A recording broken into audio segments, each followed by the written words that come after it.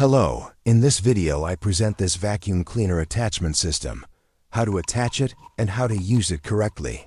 And you will find a discount code for my store in the video. But be careful, I only sell the digital product in STL file format. You have to talk to someone to print it. I leave you my Etsy store in the description, or you can find it in the bio section.